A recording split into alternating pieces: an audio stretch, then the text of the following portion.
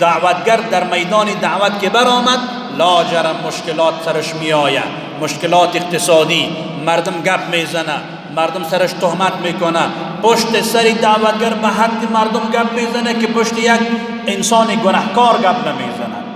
چه فکر میکنیم؟ ما خو معصوم نیستیم، ادعای عصمت هم نمیکنیم، ولی که این قاعده هست هر کسی که در میدان دعوت امر به معروف و نهی از منکر برآمد، این قانون است که حتما مردم پشت ازی گپ میزنن، خواسته باشی نخواسته باشی گپ مردم را باید تحمل بکنی. حالا به خاطر ازی حضرت لقمان برای فرزند دعوتگرش بعد از امر به معروف چه میگه؟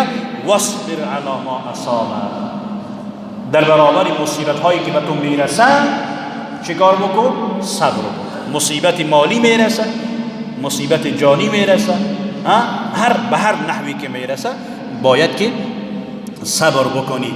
پشت پیامبر خدا که گپ میزنن، پیامبر که پیامبر است، با او اخلاق حمیده، با او سعی صدر، با او کمالات معنوی که دارد، مردم او را ساحر میگفتن، مجنون میگفتن، دیوانه میگفتن، کاهن میگفتن. خب ما چی هستیم که پشت ما مردم گپ نمیزن؟ 100% باید گپ بزن. شیخ ما میگفت که ما با گپ های مردم به دو دلیل افتخار میکنیم. یکی که گپ مردم صابون گناه ما هست. اینا که پشت ما گپ میزنن خب ما زیاد گناهکار هستیم، ما زیاد گناهکار هستیم. اینا که گپ میزنن، گپ اگر راست بگن غیبت است، اگر دروغ بگن بهتان است.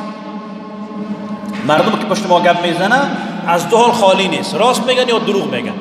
اگر راست بگن غیبت است، اگر دروغ بگن بهتان است. در هر حالتش فایده به نفع ماست.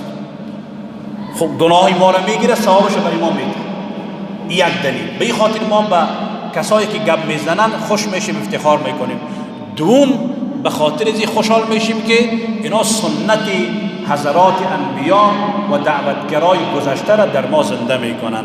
پشت آدم تا خاتم مردم گپ زدن، پشت ما هم گپ میزنن. ما در واقع در مسیر حضرات انبیا میریم. بنابراین در اینجا لقمان برای فرزندش نصیحت میکنه که در میدان دعوت که برآمدی، مصیبت که حتما میآید، در برابر مصیبت چه کار بکن؟ واصبر علی ما اصابک، صبر بکن در برابر آنچه که به تو میرسد.